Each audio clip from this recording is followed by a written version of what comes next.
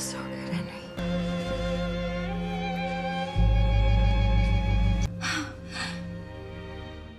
Sophie, who is married to James, asks her husband to help move a sofa. James carries it into the apartment with the help of an assistant.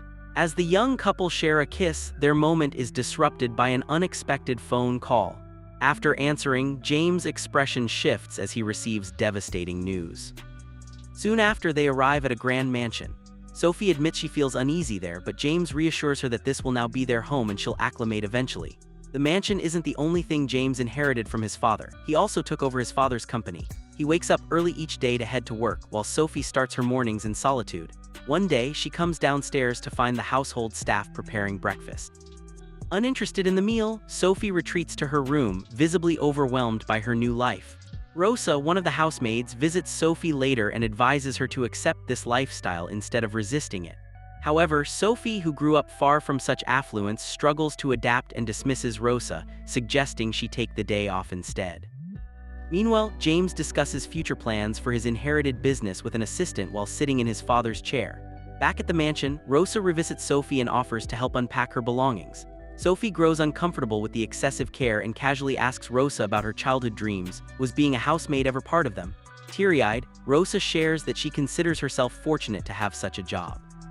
That evening, James returns to learn from Sophie that she dismissed all the household staff, leaving him in disbelief. Sophie explains that their presence felt distracting and notes that Rosa hadn't seen her family back in Guatemala for years. By relieving them of duty and paying them 2 years' worth of wages in advance, Sophie believes she offered them freedom. Despite his concerns over managing such a vast property alone, Sophie assures him they'll manage. Later, the couple share an intimate moment. The next morning during a business meeting, James gets another call from Sophie. She pleads for his help, explaining that she feels overwhelmed and lonely. James apologizes but says he cannot leave work just yet, promising to assist her later that evening. True to his word, he tries to operate the lawn mower upon returning home but struggles with the task. Observing James balance work demands with household responsibilities, Sophie begins questioning whether moving into the mansion was worthwhile. The strain pushes James to voice his frustrations at work. During a conversation with a colleague, he shares that Sophie wishes for him to abandon everything and return to their previous life. The colleague mentions an innovative project initiated by James' father involving confidential agreements signed with top executives. Soon after, James invites Sophie to visit a facility connected to this mysterious project. At the facility, they enter a showroom filled with lifelike humanoid robots. Julian, a company representative, explains how James' father dedicated his life to developing these machines, unparalleled in their realism worldwide. Julian suggests they select a robot household helper for their mansion. Sophie hesitates, unwilling to choose a model that might appear more attractive than her. While James insists these creations are merely advanced gadgets and not human beings, Sophie takes a liking to a male robot model instead. Julian introduces them to an android named Henry, showcasing its obedience in unsettling ways, like kneeling and cleaning James' shoes without hesitation. Deeply unnerved by Henry's behavior yet intrigued by its capabilities, they opt to bring him home. The mansion soon accommodates Henry's docking station along with instructions from Julian. Should any issues arise, call Julian directly for assistance. The following morning, Sophie discovers Henry preparing breakfast for James in the kitchen. Though Henry kindly offers something for Sophie as well, she refuses his gesture. Uncertain how she feels about him yet impressed by his respectful attitude, she gradually warms to Henry after reading a note he left behind explaining his considerations while preparing some items. One day after stepping out of the shower unclothed, Sophie is startled by Henry's appearance in her room without notice. She orders him to leave immediately and contacts James, complaining about her discomfort from Henry's actions. James assures her it must have been due to miscommunication between them and advises sending Henry back to his docking station if necessary. When James returns home that evening, he proposes playing tennis with Henry as a way to break the tension between them. The story unfolds with instructions forbidding James to interrupt the charging process, yet he insists on doing so. Prior to a game, Henry requests James to select the game difficulty. Observing James's tension, Henry asks how he can assist, to which James responds that playing the game will help him relax. During a missed attempt in the game, James exclaims a religious phrase. Curious, Henry inquires about this reaction, leading to a conversation about God. During this exchange, it is revealed that Henry sees his creator, the programmer who built him, as his own deity. The next morning, Sophie asks James how the game went. He replies that it was great and shares that it's sometimes comforting to talk with someone who tries to understand him, especially when the dialogue remains private. Later, Sophie teaches Henry how to upholster a sofa. When he asks if this task holds significance for her, she confirms it does. Their conversation shifts to the topic of dreaming and what it feels like to experience dreams. Sophie asks whether robots dream, and Henry explains that they lack such programming. Do robots have dreams, Henry? No. It's not in our programming.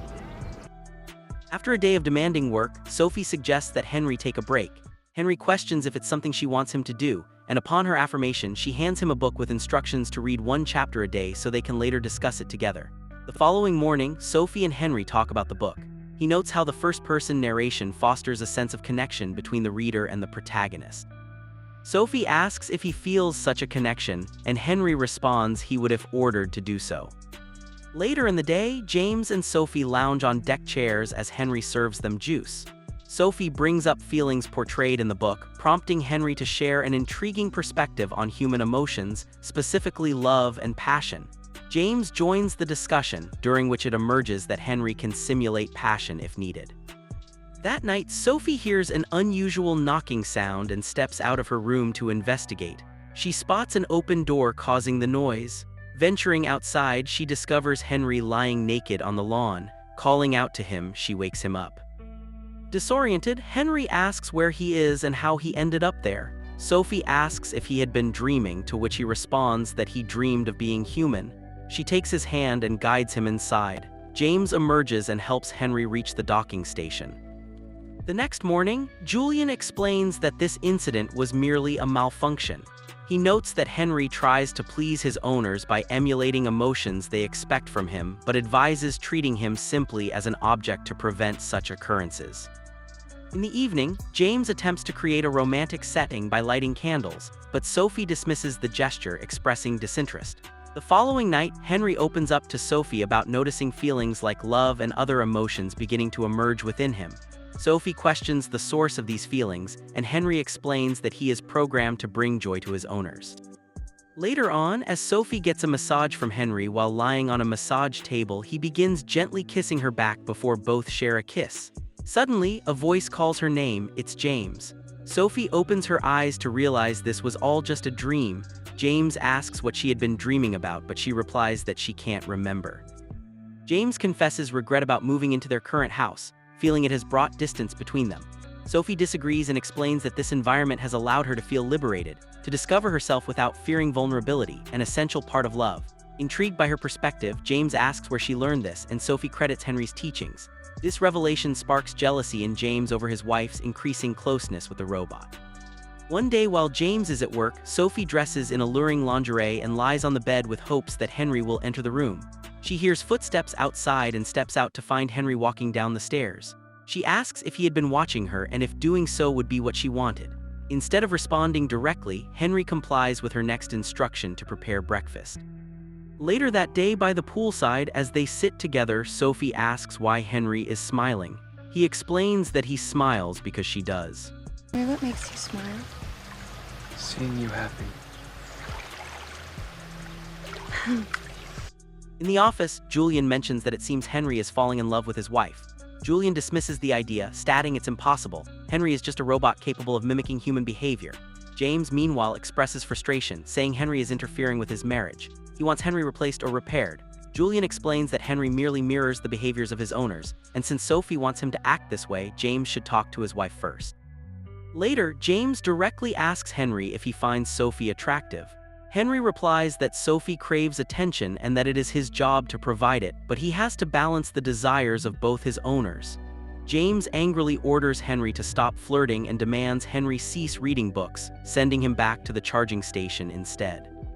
The next morning, Henry informs Sophie that James commanded him to quit reading and asks her to confirm the order. This sparks an argument between Sophie and James, leading Sophie to pack her things and leave the house.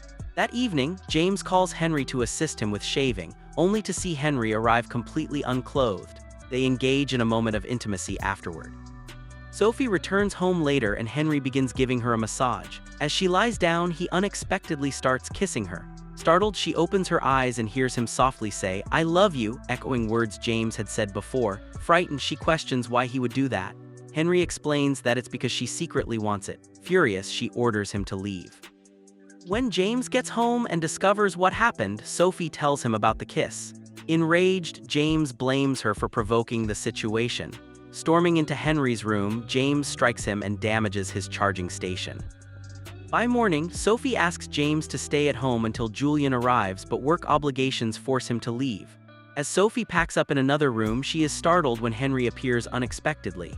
He seems distressed, asking if they plan to get rid of him. When Sophie explains that James is upset about the kiss, Henry struggles to comprehend their hostility.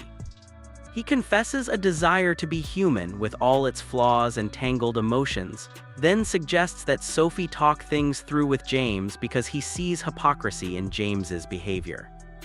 Sophie heads to James's workplace just as Julian arrives at their home. She asks Julian to stay with Henry while she discusses matters with her husband. Julian orders Henry back to the charging station, but Henry refuses to comply. During their office conversations, Sophie and James confront their feelings for each other. They both admit they want to rekindle the love they once shared. As they return home together, they find Henry standing naked in the yard. When they ask where Julian is, Henry tells them he left on foot and isn't actually his creator. He asks them to leave him alone with his thoughts. Meanwhile, at Julian's office, police arrive and break in.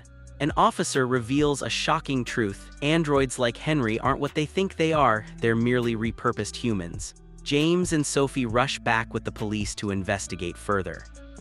At home, Julian kills 2 officers after they uncover part of his operations. Revealing the full extent of his deception, Julian tells the couple that he found Henry as a badly abused 3-year-old boy and gave him a new life by transforming him into what they now know as their perfect robot. However, he accuses them of corrupting this creation, insisting that programming humans represents evolution toward a brighter future. Before he can charge his shotgun, Henry attacks him and beats him to death with its butt. Visibly shaken, Henry kneels down and stabs himself in the stomach with a knife. As blood seeps from his wound, he proclaims that he can feel love for everything around him, that he is real. Apologizing for disrupting their lives, he succumbs to his injuries, leaving Sophie weeping as she clutches James for comfort.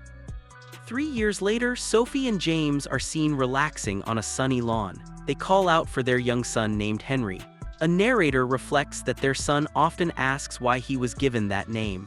One day, they decide they'll share the story. Thanks for watching. Please subscribe for more videos like this.